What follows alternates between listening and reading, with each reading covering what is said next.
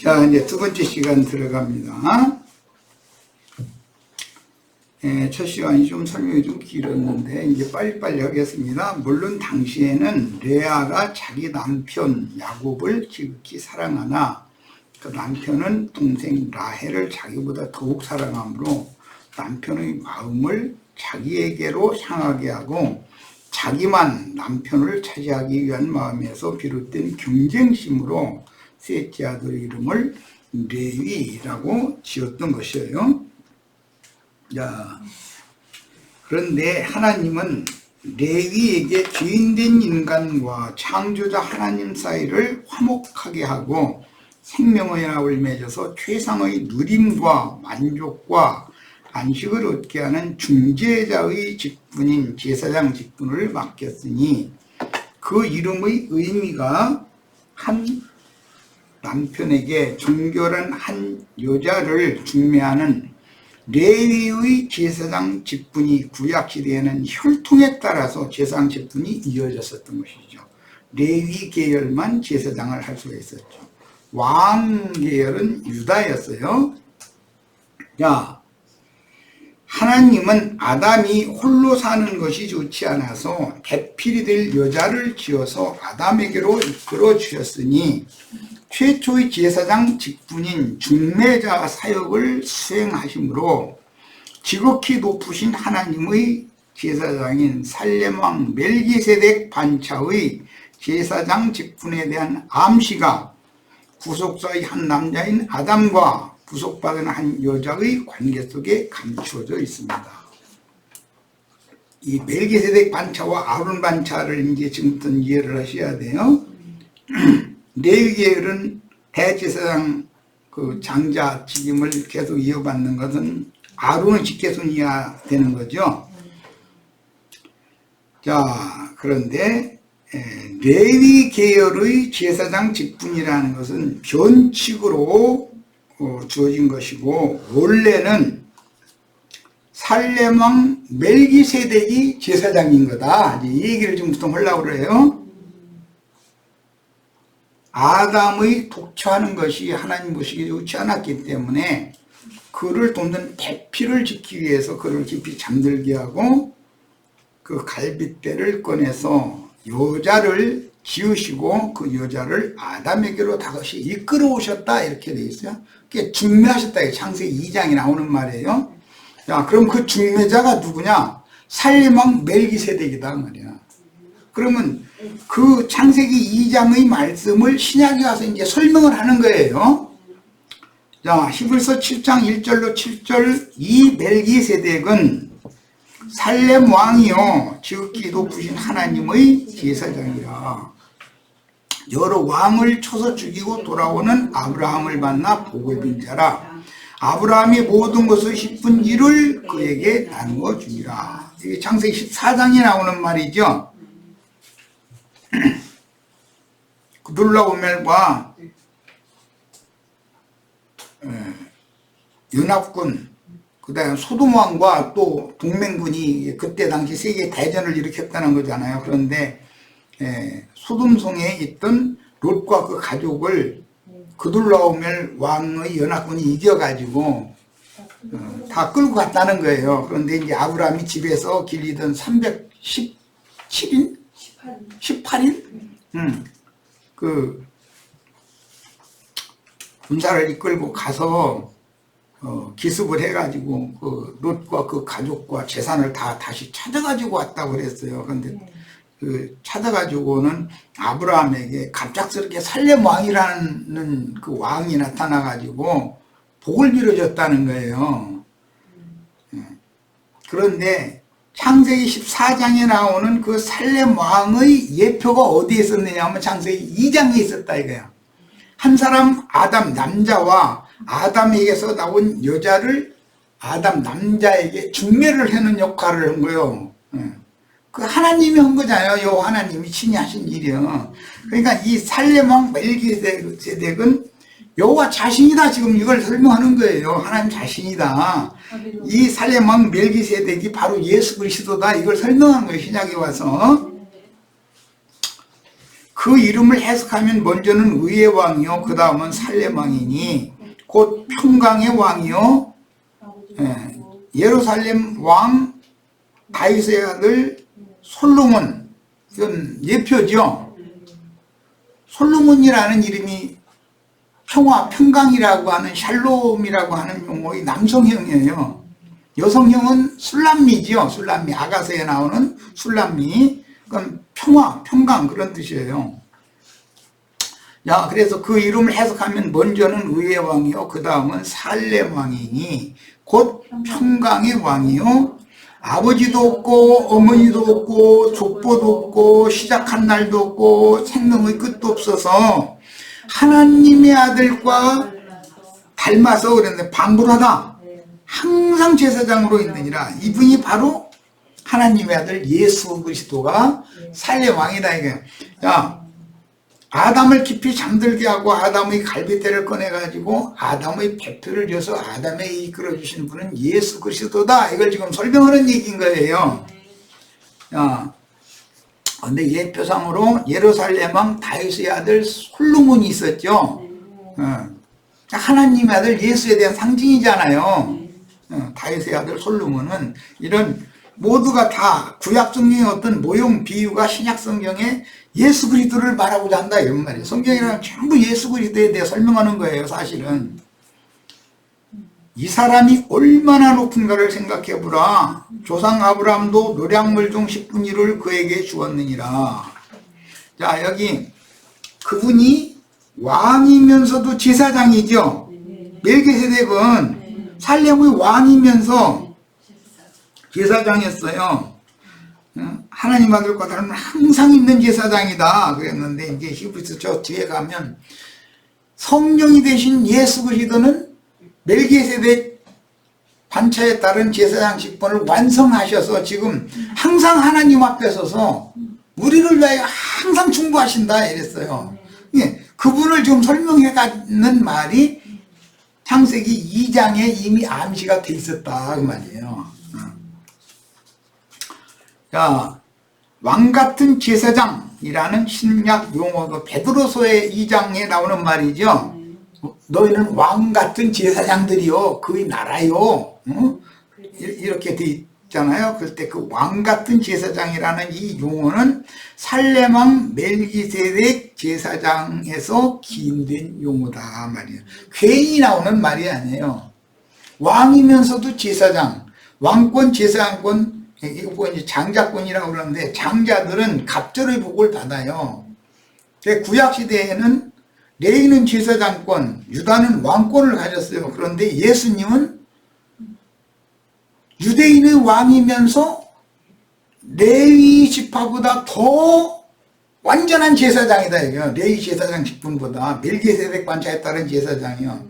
그러니까 한 분에게 하늘과 땅의 모든 장자의 권세와 명분이 한 분 예수 그리스도께 다 주어진 거예요. 그 얘기를 지금 설명해 가는 거예요. 레위의 아들들 가운데 제사장의 직분을 받은 자들은 율법을 따라서 아브라함의 코리에서 난 자라도 자기 형제인 백성에게서 10분의 1을 취하라는 명령을 받았으나 이게 율법이죠. 레위인들은 이스라엘 백성들에게서 11조를 받는 거잖아요. 율법으로 이렇게 정해졌어요. 그러나 레위 족보에 들지 아니한 멜기세덱은 예수님은 레위 지파가 아니잖아요. 혈통적으로는 유대인 중에 유대인으로 유다 지파의 뿌리이면서도 근원이면서도 가지요. 그러니까 예수님은 왕권을 가진 유다 지파의 근원자도 되지만 유대 지파에서 난 가지도 된단 말이에요. 혈통적으로는 유대인의 혈통에서 났으니까 그분이 근원자도 된다. 또 가지도 된다. 이렇게 설명을 해나가는 거예요. 자, 레위 족보에 들지 아니한 멜기세덱은 아브라함에게서 10분의 1을 취하고 약속을 받은 그를 위하여 복을 빌었나니 논란의 요지 없이 낮은 자가 높은 자에게서 축복을 받느니라. 그러니까 아브라함보다 더 높은 분이 멜기세덱이다 지금 이 말이죠. 그 아브라함에게 복을 주신 분이 바로 예수 그리스도다 이걸 말하는 거예요. 아담을 통해서는 하늘과 땅에 저주가 들어왔죠. 아담을 통해서는 땅이 저주를 받고 하늘도 놋과 같이 되고 철과 같이 된 저주가 임했다고 돼 있어요. 그런데 한 사람 아브라함에게는 복의 근원이 되게 하는 여호와께서 복의 근원으로 삼으시는 복을 받았잖아요. 자, 그럼 그 복의 근원자가 누구냐? 예수다. 예수 그리스도다. 그런데 또 아브라함에게 그 복의 근원자로 저주를 전하여 복이 되게 해주신 분이 예수 그리스도다. 지금 이 말이단 말이에요. 그러니까 이제 우리들도 그러면 어떻게 복을 받는가? 예수께서 계시로 부어주시는 믿음으로 말미암아 성령의 약속을 복으로 받아들이는 거예요. 그러니까 성령을 받는 것이 복 받는 거예요. 말하자면 쉬운 표현으로 하자면. 예, 그런데 이런 성경이 말하는 의도에 대해서 너무 흐름을 모르는 세속교계 목회자들이 하나님이 말씀하시는 그런 하늘에 간직한 신령한 복이라는 개념을 이해를 못하다 보니까 세상에서 막 부자가 되고 잘 되고 이런 것이 복이라고 하는 쪽으로 사람들을 모아서 그쪽으로 자꾸 가르치는 거예요. 그러다 보면은 사람들이 성경 말씀에 집중하는 것이 아니고 육에 속하고 땅에 속한 복을 구하는 기복신앙으로 떨어진단 말이에요, 이제 사람들이. 그래서 사람들을 더 배나 지옥 자식 되게 만들어. 완전히 그렇지 않아도 세상 사람인데 완전히 세상 중에서도 완전히 아주 좀 세상 사람 중에도 기독교인들이 조금 차라리 세상 사람한테 묻은 그런 사람이 돼버린다 이거예요. 그게 다 누구 책임이냐? 소위 복음 맡은 제사장으로서 우리는 레위인들이다라고 목사들이 다 그렇게 말하죠. 그들이 책임이다 이거예요. 그들이 잘못 가르쳤기 때문에. 그래서 신약에서 하나님의 말씀을 사람의 유언으로 그릇 가르쳐서 배나도 지옥 자식 되게 만든다 그랬어. 그냥 누구에게 어떤 가르침을 잘못 받으면 세상 사람들은 이미 지옥 자식이지만 세상 사람보다도 더 깊은 지옥에 떨어질 수가 있다는 거예요. 예수 죽으라고 믿고 돈 버리고 시간 버리고 일생을 다 거기다가 올인해놓고 나서 나중에 세상 사람보다도 더 나쁜, 더 좋지 못한 그런 지옥에 떨어질 수도 있다는 거예요. 이게 얼마나 중요한 말이겠어요. 그런데 그런 걸 눈으로 다 성경 안 산 사람이 지금 어디가 있어? 성경 안 읽어본 사람 어디가 있어? 예배당에 3년만 다니면 성경 1독은 했을 거 아니야. 30년 했으면 10독은 했을 거고. 그럼 그런 내가 지금 인용하는 성경 구절을 모르는 사람이 어디가 있어? 그런데 그걸 읽어도 그냥 까먹은 것이고 하여간 종이라 그냥 지나가 버리는 거예요. 그게 믿음으로 화합이 안 되는 거거든. 받아들여지지가 않으니까. 왜 그러냐? 뭔가 믿지 못하게 하는 악신의 역사가 딱 가로막고 있기 때문에 안 믿으니 똑같은 성경을 백날 읽어도 믿음으로 화합은 안 될 수가 있는 거예요. 이게 정말 비밀이 아주.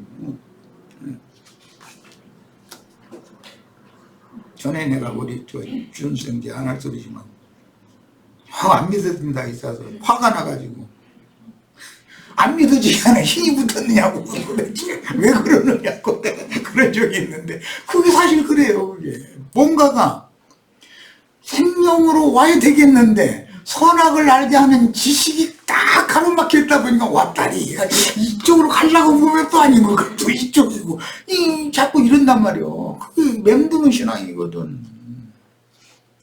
여기서 완전히 졸업을 해야 되거든. 광야를 계속 맹들다 죽으면 약속의 땅에 못 들어가는 거잖아.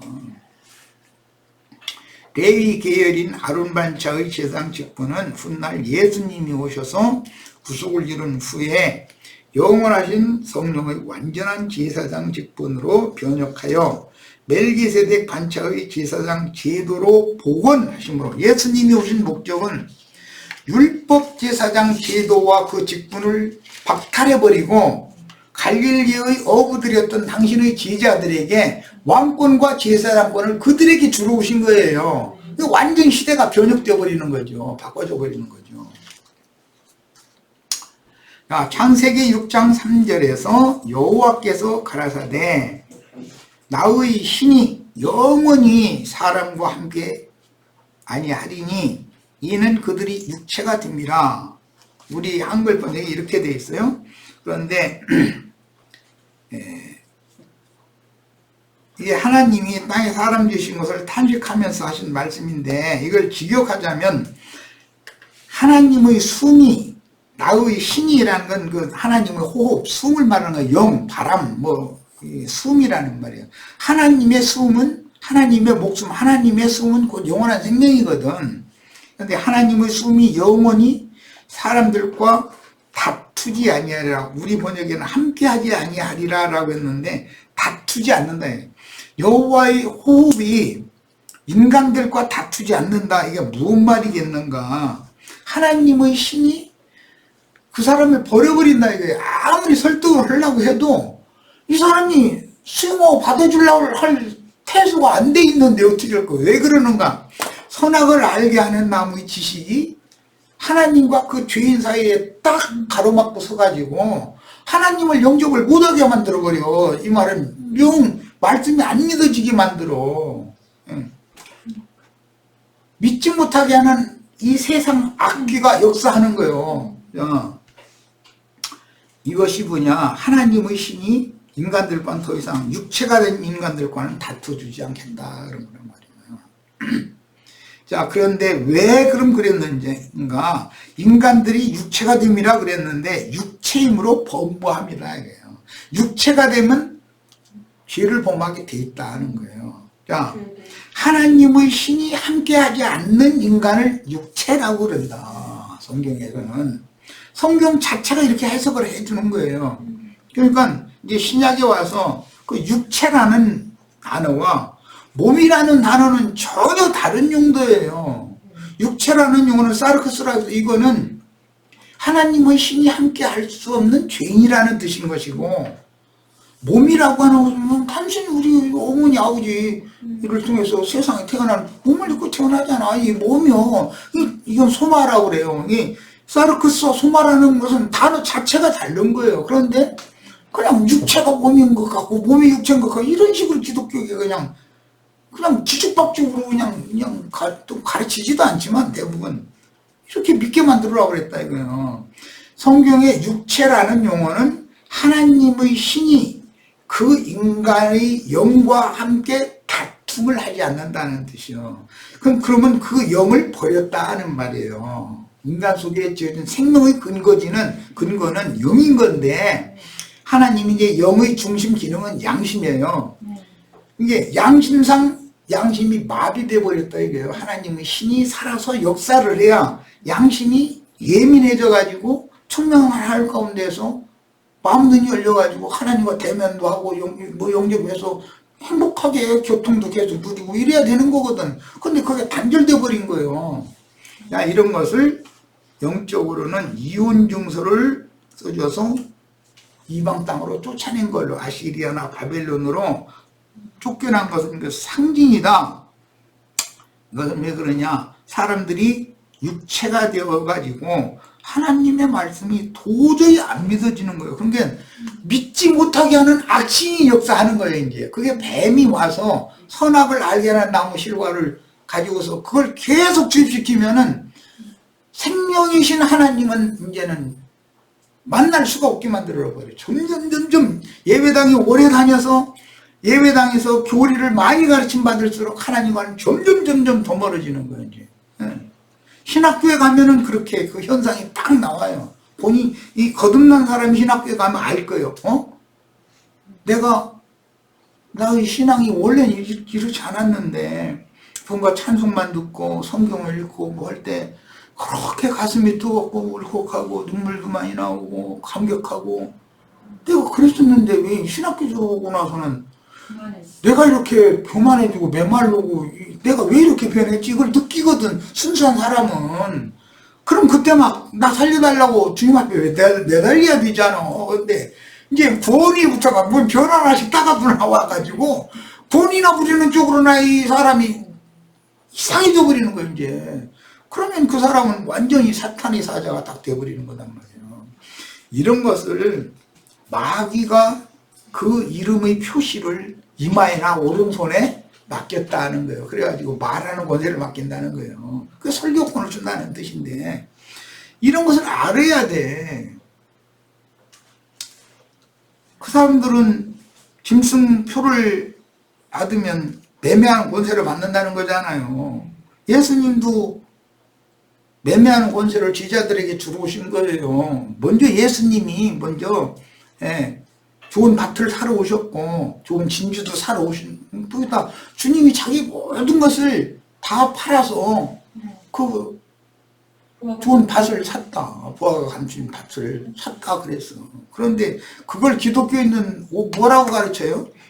내가 다 모든 걸 다 팔아가지고서 내가 좋은 밭 샀다 이래버려. 그러면 지가 밭 사는, 지가 주인, 토지 주인이 져요. 아니, 인간이 지가 무슨 재주로 자기 마음 밭을 사고 팔고를 합니까? 그럼 말이 돼요? 이렇게 해석해버려. 이게, 이런 것이 다 뭐냐. 하나님의 말씀을 사람의 교훈으로 그릇 가르침 받아서 그 순간 나중에 맹신해버려. 예수님도 장사하시는 분이에요.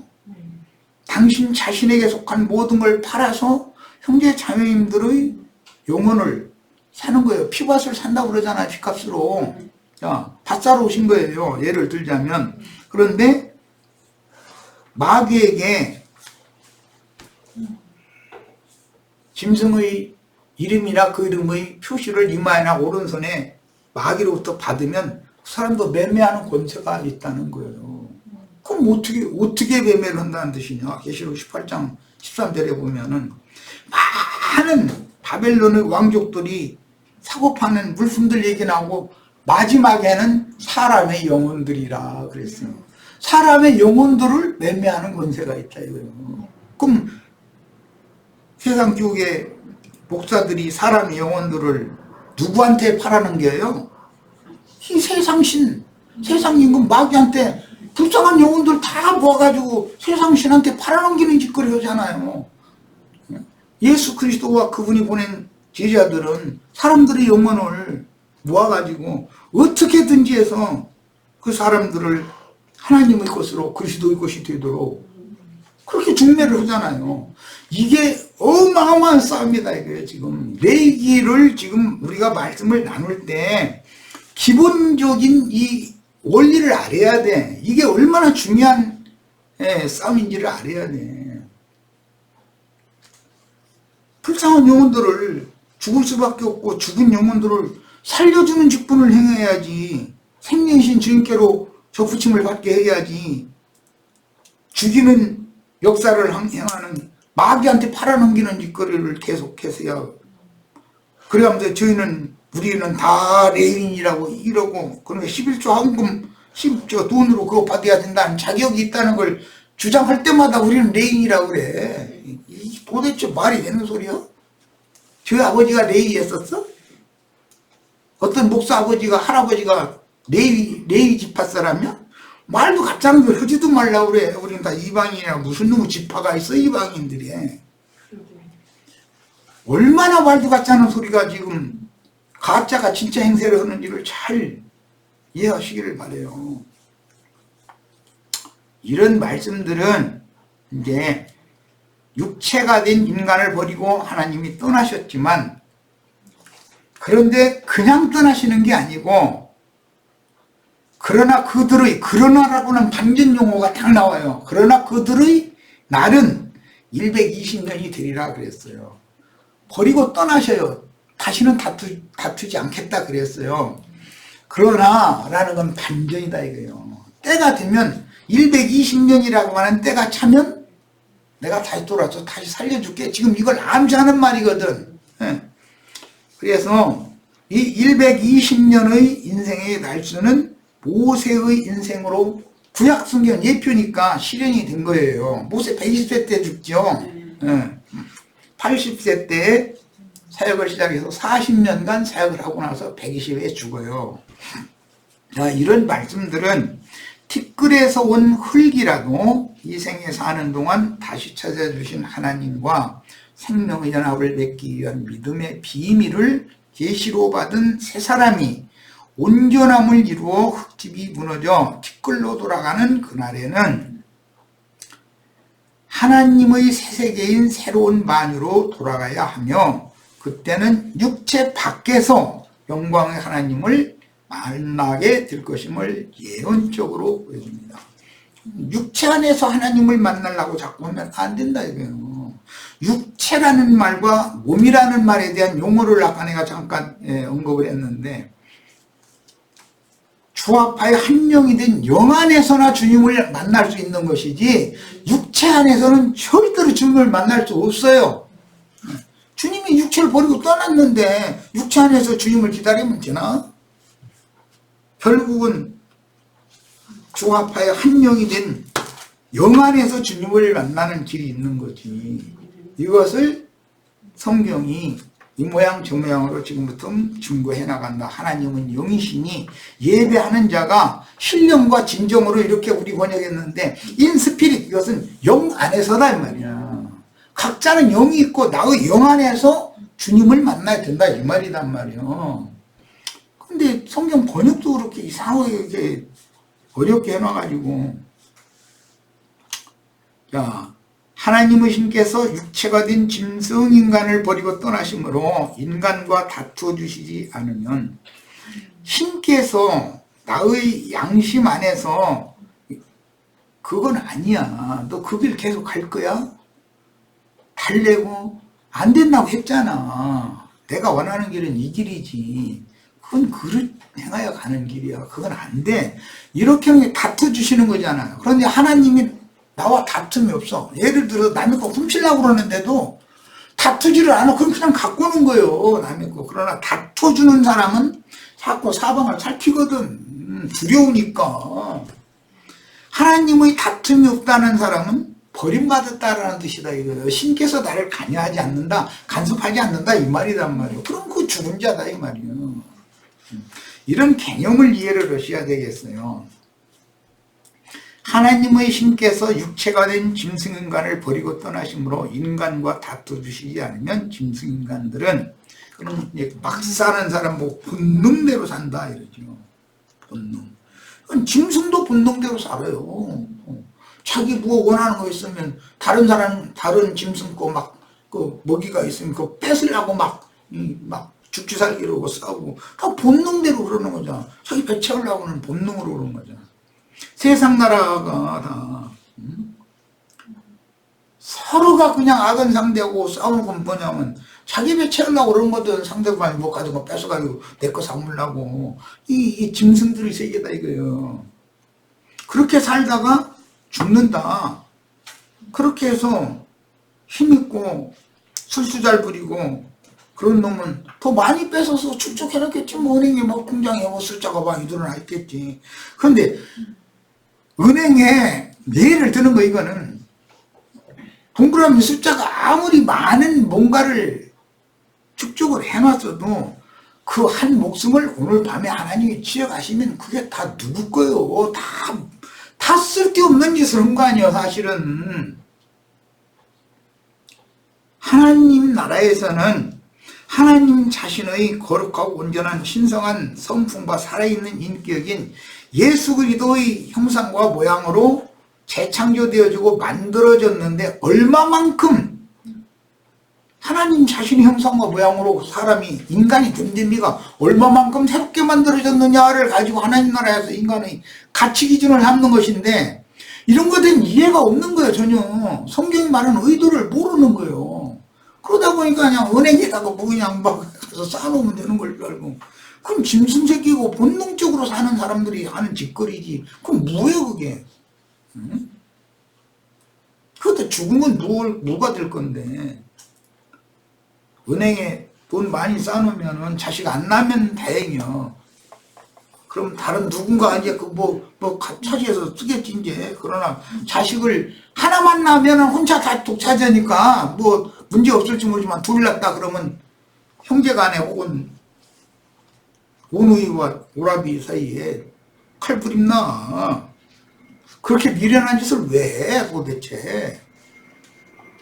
이렇게 극단적인 예를 드는 거는 우리가 짐승의 마음을 받아가지고 짐승같이 살다가 죽어서야 되겠냐 이 말이야. 하나님이 사람을 창조하실 때는 사람에게는 권위와 존엄성을 넣으셨어요. 그게 뭐예요? 사람 속에 영을 지어놓은 거예요. 양심의 기능을 넣었단 말이에요, 사람 속에. 그래서 절대로 함부로 살지 못하게 만들어 놓은 거예요, 하나님이. 하나님 무슨 바보예요? 그럼 무슨 짐승이 양심이 있다는 말 들어봤어요, 세상에? 소가 아무리 사람을 위해서 수고하고 말 잘 듣고 그래도 소는 길거리 가다가 똥 마르면 그냥 똥 싸버리고 오줌 마르면 오줌 싸버리지. 나 화장실 좀 다녀오겠어요. 그냥 사과 쳐다보고 막 오늘 화장실은 막 이렇게 하네요. 그건 아무리 유순한 육축 짐승의 대표와 손대도 양심도 없어요. 소가 무슨 양심이 있어요. 그런데 들짐승들이라는 게 뭔 양심이 있어요, 그게. 인간들이 다 짐승과 판별하게 됐다라는 말은 하나님의 신이 사람을 버리고 떠났다 이 말이에요. 다시는 그거 다투어 주지 않는다. 이건 보고 화인 맞은 양심이라고 신약에 이렇게 표현했어요. 굳어진 양심이다 말이에요. 무뎌진 양심이다. 처음에는 모기가 부른 것처럼 따끔이라도 하고 가래끼라도 해요. 그러니까 함부로 못해요. 그러다가 그게 한 번, 두 번 습관되죠. 그러면 그 다음에는 따끔하지도 않아요. 아이, 어떤 놈은 죄 없는 놈이서 이래버려. 그건 완전히 짐승화됐다는 뜻이잖아요. 하나님 그걸 완전히 버렸다는 뜻이에요. 강대상에서는 적어도 이런 걸 가르쳐야 돼. 이 신앙의 토대거든. 이런 걸 가르쳐서 하나님과 너무 멀어지고 하나님의 신께로부터 단절되어서 양심상 죽은 영들을 살리는 말씀을 해야 되는 거예요. 그래야 사람들이 내가 지금 인생 잘 사는 줄 알고 집이 몇 채고 땅이 몇만 평 있고 성경 이사야서에 보면 그렇게 본능으로 사는 인간들 어떻게 한다 했어요. 전토에 전토를 가옥에 가옥을 다고 그 머리처럼 계속 그냥 그런다는 거예요. 그 시대나 이사야 선지자 때나 지금이나 뭐가 달라 하는 건 똑같지. 아니 자기 발 뻗고 잘 한 채 있으면은 감사한 일이지. 없는 사람들이 잔뜩 있는데 옆에 집, 먼 집 막 그냥 10채, 20채 그냥 해가지고 다 그냥 전토에 전토를 땅도 아니 자기 생활할 만큼 땅이 있으면 됐지. 그냥 다른 사람 땅 그냥 다 지껏 삼아버려 그냥. 그 전토에 전토를 더하고 가옥에 가옥을 더하고 그럼 다 뭐야 도대체. 그때나 지금이나 다른 게 뭐냐 이거야 도대체. 목사라는 사람들이 웬 전부 사방에다가 땅 투기는 그렇게 많이 해놓고 목사라는 사람이 자기 살 집 한 채 있으면 됐지. 뭔 놈의 집들이 그렇게 몇 채씩 있어가지고 그럴 필요가 뭐가 있어 도대체. 없는 사람 좀 싸게 사서 좀 살게 만들어줘야지. 이게 뭐하는 짓거리거리야. 그래야면서 지가 무슨 영혼들 천당으로 안내하는 무슨 큰 안내자나 되는 것처럼 나팔 얼마나 소리는 크게 질러서 나는지 난 답답해 죽겠어. 그런 인간들 보면. 지금 뭐야 도대체. 그럼 그 사람들도 다 똑같은 성경 읽고 그 사람들은 그냥 세상적인 눈으로 읽고 보고 세상 말로 그냥 하나님의 말씀을 하나님의 관점으로 가르치는 것이 아니라 그냥 사람의 교훈으로 자기가 그냥 보이는 대로 읽어지는 대로 자기가 깨달았다 해가지고 강대상에서 나불려고 앉았는 거예요. 많은 영들 다 죽여놓아 버리잖아. 뭐야 그게 지금. 그러고도 양심에 가책도 없고 아프지도 않고 고통을 받지 않는다. 그건 뭐예요? 양심 화인 맞아서 그런다는 거예요. 하나님 앞에 불도장이 딱 찍혔다. 넌 마귀 자식 거야. 넌 마귀 자식이야. 그 말이잖아요. 마귀가 인쳐놔버렸다는 거야. 넌 내 거다라고. 하나님의 성령으로 인을 맞이해야지 화인을 맞으셔야 되겠어요. 이런 얘기하면 그 목사들을 치느냐고 이러지 말고, 나도 치고 싶어서 이러는 게 아니에요. 나도 좋은 말을 하고 싶어. 그러나 이제부터라도 돌이키고 성령의 감동을 통해서 영을 살리는 말들을 해. 지금부터라도. 그러다가 죽으면 되잖아. 뭐 엉뚱하게 멀쩡한 사람들 불러 모아가지고서, 그래도 세상의 영으로 가득한 사람들에 대해 그냥 세상 사랑하는 마음을 그냥 배나도 하게 그냥 해가지고서 배나도 지옥 자식 만들어 놓고 사람들을 통해서 서로 영광 주고받고 하면 지가 문화 되는 것처럼 말이야. 이러고. 제발 좀 정신 좀 차리라고. 난 답답해 죽겠어 아주.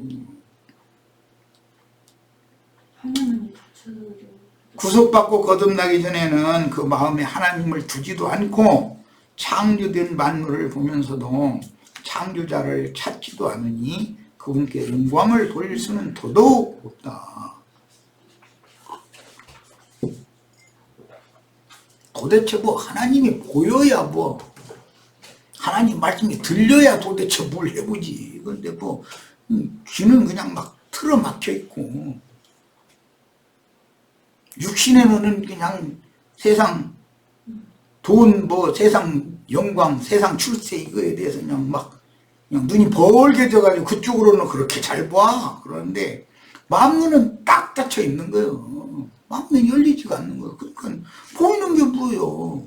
짐승들과 사람의 특징이 뭐가 달라요? 사람은 직립이기 때문에 고개를 젖히기만 하면 하늘을 딱 바라볼 수 있어요. 땅도 볼 수 있지만 좌우 다 살필 수 있어요. 사람은, 짐승은 네 발로 기어다니기 때문에 항상 발 앞에 있는 그 땅바닥밖에는 못 보는 거예요. 짐승이 고개 돌려서 하늘 쳐다보는 거 봤어?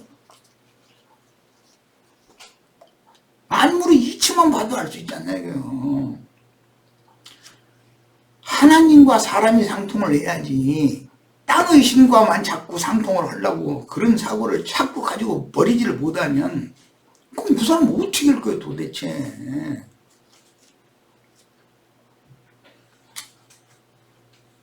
그래서 하나님의 창조 목적에서 너무 멀리 빗나가 버린 인간들, 죄라는 말이 관역에서 빗나갔다 그런 뜻이에요. 하나님이 사람을 창조한 어떤 의도가 있고 목적이 있는데 사람에게 주어진 그런 권위와 존엄성과 이런 것들을 다 상실해버렸다 이거예요. 그럼 그것을 죄라고 그래. 하나님의 뜻, 하나님의 의도에서 빗나가 버렸다, 벗어나 버렸다 이거예요. 문자들은 그 관역에서 벗어났다 이런 말이에요. 하나님이 사람을 향한 어떤 목적이 있다는 말이에요. 그런데 거기서 다 빗나가 버렸어. 그럼 이제라도 돌아와야지 원래 목적으로. 사람으로서 사람 되기를 포기해버리고 짐승인간으로 살다가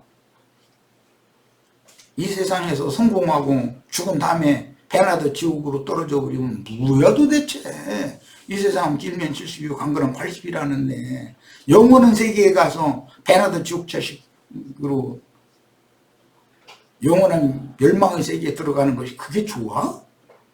70이나 80년 동안 투자해가지고 영원한 생명의 세계를 사야지. 말할 것도 없이. 그러라고 우리에게 잠시 잠깐 숨을 쉬면서 이 땅에 살도록 허락을 해주신 건데 이렇게 중요한 시간을 그렇게 허탄하게 시간 다 보내버리고 뭘 어쩌자는 거예요 도대체.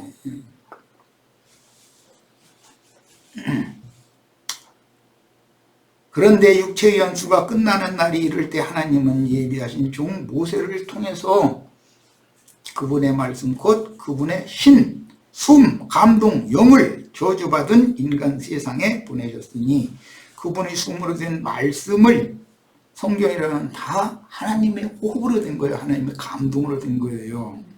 받은 자는 누구나 다시 살아나서 지금 내가 다시 사는 얘기를 하는 거예요. 계속해서.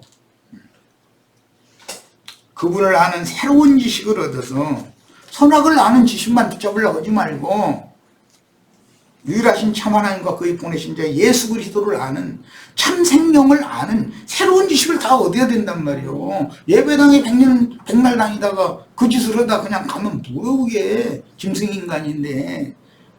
세상 나라에서 전무인간은 짐승만도 못해. 심지어 이렇게 말들어.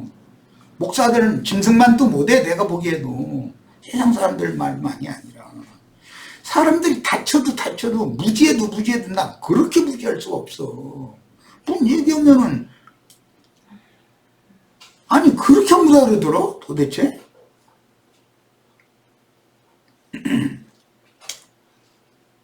육체의 연수가 끝나는 날이 이를 때 하나님은 예비하신 종 모세를 통해서 그분의 말씀 곧 그분의 신, 숨, 감동, 영을 저주받은 인간 세상에 보내셨으니 그분의 숨으로 된 말씀을 받은 자는 누구나 다시 살아나서 그분을 아는, 다시 사는 것은 영이 살아난다 이 말이에요. 신앙 양심이 살아난다 이 말이에요. 그분을 아는 새로운 지식을 얻어서 영이 다시 살아나게 하여 영생을 주시고 그분을 섬기는 제사장들로 삼아주시는 내용이 레위기다. 레위기라는 지금 서원 시작을 하고 있는데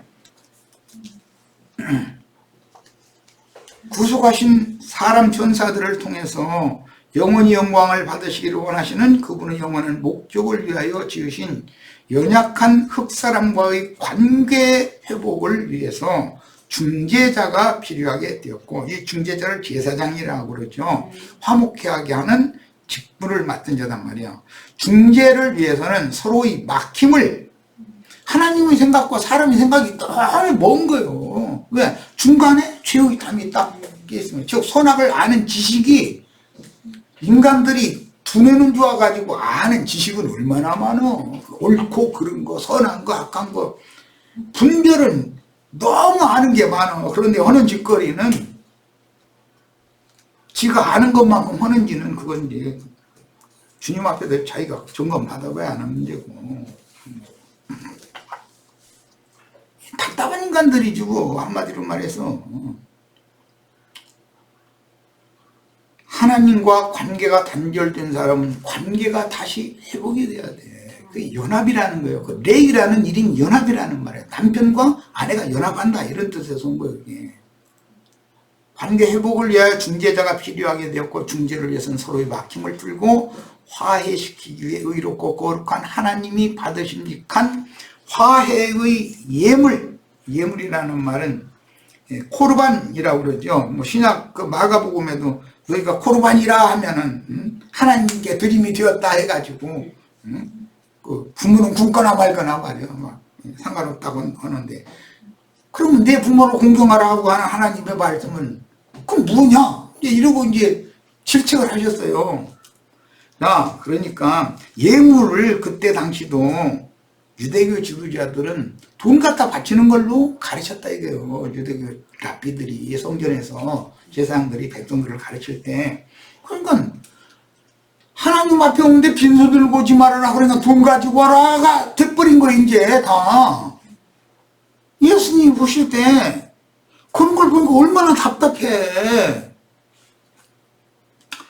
하나님 앞에 나올 때는 빈손으로 오지 말라 이 말은 네 구원자인 그리스도를 내 손에 채워서, 원래 제사장 위임이라는 용어는 손을 채운다는 뜻이에요. 이게 그 손에 뭘 채워야 되냐, 생명이신 그리스도로 손에 채워가지고 빈손으로 오지 말고 그리스도를 채워야 생명으로 충만되어져 가지고 내 앞으로 와서 나를 봐라. 그럼 내가 너를 만나준다 이 얘기거든. 그런데 무슨 11조 뭐 헌물 돈봉투 갖고 와라로 바꿔줘 버린 거예요. 이게 다 동기신 들려가지고 다 그냥 미침증이 와버린 거지 뭐. 예배당 다니는 사람들 안 미친 사람 없어. 내가 보기에는 다 미쳤어. 아주 돈에다 환장했어. 미쳐도 너무 미쳤어. 아주 목사가 돈에다 환장해버리고 미쳐버렸는데 뭐 다 똑같지. 그게 예물이요 그게?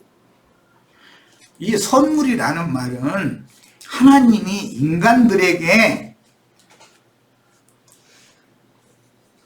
빗물로 예수 그리스도를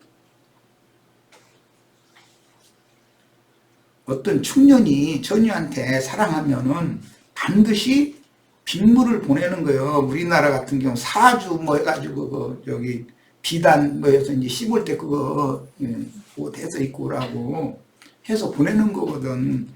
그 선물 예물이 뭐냐? 하나님이 보내주신 예물이 예수 그리스도단 말이에요. 그 예수 그리스도를 가지고 그 예수 그리스도가 새 천으로 오셨으니까 예수 그리스도를 자기 몸에 치수에 맞는 옷으로 새 옷을 만들어 입고 예수 그리스도께로 시집을 가야 된다. 지금 이걸 말하는 거예요. 그러는데 돈 가지고 하나님 앞에 나가면 하나님 받으신다. 이렇게 변개시켜버리면 하나님이 말씀하시는 원래의 의도가 성경이 어떻게 인간들에 의해서 훼손을 입는지를 알아야 된다. 우리는 하늘이 보낸 예물은 예수 그리스도예요. 내가 하나님께 가지고 나가는 예물은 예수 그리스도예요. 멜기세덱 반차의 대제사장이 되신 예수 그리스도 그분의 그 대제사장의 가슴에는 12보석이 달려있고 양 어깨에 이스라엘 12지파 이름이 있어요. 그분과 함께 하나님 앞에 나가지 않으면 초죽임 당해서 죽는 거예요. 그래서 내 앞에 너희가 나오려면 대제사 멜기세덱 반차에 따르는 대제사장인 그리스도의 성령을 내가 너희한테 선물로 보낼 거니까, 예물로 보낼 거니까 그 그리스도를 가지고 내 앞에 나와라. 그럼 내가 너 다시 만나주마. 이게 원수되어서 분리되었던 끊어졌던 관계가 다시 회복되는 방법이다 이 말이요. 그래서 그런 것 보고 속죄수라고 그래요. 그 속죄수에다 피를 뿌린다 이러는데 은혜의 구좌라고도 하고 영광의 구좌라고도 그래요. 거기 영광의 하나님이 거기서 은혜를 베푸시고 인간은 거기 가서 속죄를 하면 그 은혜를 베풀어서 영광의 하나님이 그걸 받아주신다, 만나주신다 이 말이잖아. 제사법에서 이게 얼마나 중요한 얘기를 내가 지금은 뭐 자세히 설명할 수는 없으니까 레위기를 알아야 돼. 레위기를 모르면 하나님 앞에 나가는 새롭고 산 길이 열리지 않은 사람이요. 사람 죽은 그냥 단절된 상태예요. 하나님과의 관계가 끊어져 버린 사람, 죽은 자요. 이게 죄인이고. 그래서 반드시 제사, 예배가 회복되어야 된다. 하늘이 보낸 선물을 받아들여 가지고 하늘이 주신 선물을 가지고 하나님 앞에 나가서 이스라엘인 게 절기 때가 되면 여호와 이름으로 여호와 앞에 모여서 먹고 마시고 즐거워하라고 이렇게 돼 있어. 축제를 연다. 축제. 하나님과 원수되었고 단절되었던 나를 다시 하나님과의 관계를 회복시켜가지고 하나님의 면전 앞에서 내가 먹고 마실 수 있는 이런 복을 주셨으니 그보다 더 큰 축복이 어디가 있어. 다 복 받아야 돼요. 우리 가인이 땅의 본향인 에덴 동산에서 쫓겨나면서 여호와께서 오늘 나를 이 지면에서 쫓아내시오니 내 죄와 벌이 너무 중하여다가 견딜 수가 없나이다. 내가 이제부터는 여호와의 얼굴을 배웁지 못하겠나이다 그랬어요. 이게 무슨 말인지를 알아야 돼. 하나님의 얼굴 앞으로 다시 회복되어져 돌아가서 관계가 하나님과 가인의 관계로 그렇게 계속 살다 죽을 거예요? 회복돼야지. 당연히 이 일을 가르치는 사람이 제사장이다 이게요. 그래서 레위가 구약시대에 이걸 맡았기 때문에 레위기란 말이야. 책 이름이 지금 하나님이 받으시는 제사 예배는 이거 시간이 오버돼 버렸네. 잠시 쉬었다가 뭐 잠깐 뭐 조금 뭐 입맛 할 거 있으면 시장면을 잠깐 간략하게 하고 많은 인수가 없으니까 없으면은 뭐 중국집에서 뭐 좀 시키면 되니까.